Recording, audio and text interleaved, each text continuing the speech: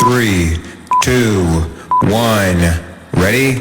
Action. It's going to be tipped and caught. It's caught. It's caught in the touchdown, Western Times. Daniel out of the pocket.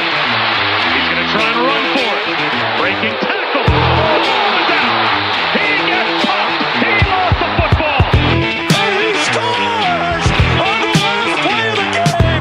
Unbelievable. Holy guacamole. Watch this hit right here.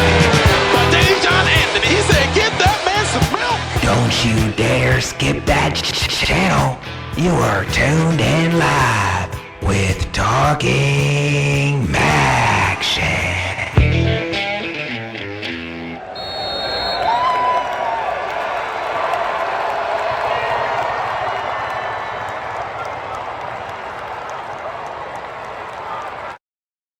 This year is a really interesting year for Ball State, where they kind of return a lot of the guys after they believe they were losing a lot of guys.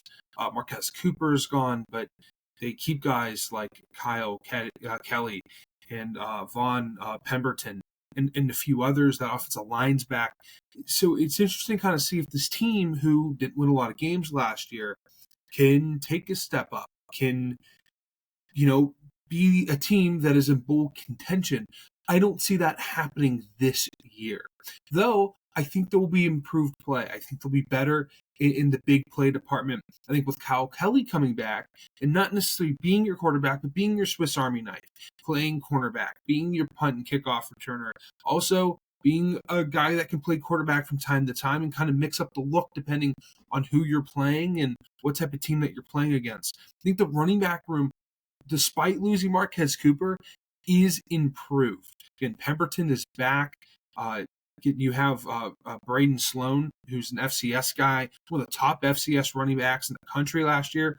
He's in this. He's now in the group of running backs. You have a few good freshmen that are coming up, and really could compete for some carries as well. Kind of similar to the situation we saw a few years ago in Buffalo, where they just had way too many running backs and they really spread the ball out. It was the reason why that offense was dynamic.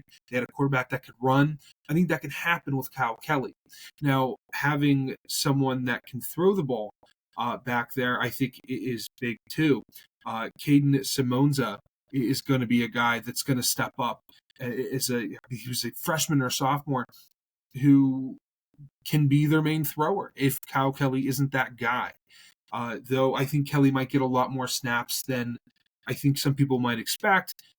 I think they want Simonza to be that guy. I think when they saw him in camp, when they saw him in the spring camp, they thought that he could be the guy that could step up and win games for him. This could be Mike News last year if they're not successful. If they cannot win a bowl, if they cannot get to a bowl game, if they cannot get 5 wins and push to 6, at least be in the conversation, I think that he might be sent packing. And everything that I've seen, Mike News is a good guy. He's a good coach. The players seem to like him. I mean, you only win a handful of games, and a lot of your players come back from the portal. That says a lot about a coach. But the results, they're not in his favor. 7 losing seasons in 8 seasons isn't going to keep you your job, and a lot of people were surprised he's staying to this year. People within Ball State, they kind of want him back. They believe that he can be the guy. This is a make-or-break year for him. If he cannot at least get 5 wins and push for 6, at least give the opportunity at the end of the year to get 6 wins, it could be his last year at Ball State. I think Ball State is dancing around 4 wins. I think they get 4 for sure. I can't imagine they fall below that, but if they win 5 or 6 games, I think it would be a pleasant surprise for this team, and it shows improvement amongst a roster. Maybe not exactly the same, and it is improved upon, but kind of that they are building something with the cast of characters that they have now with this team.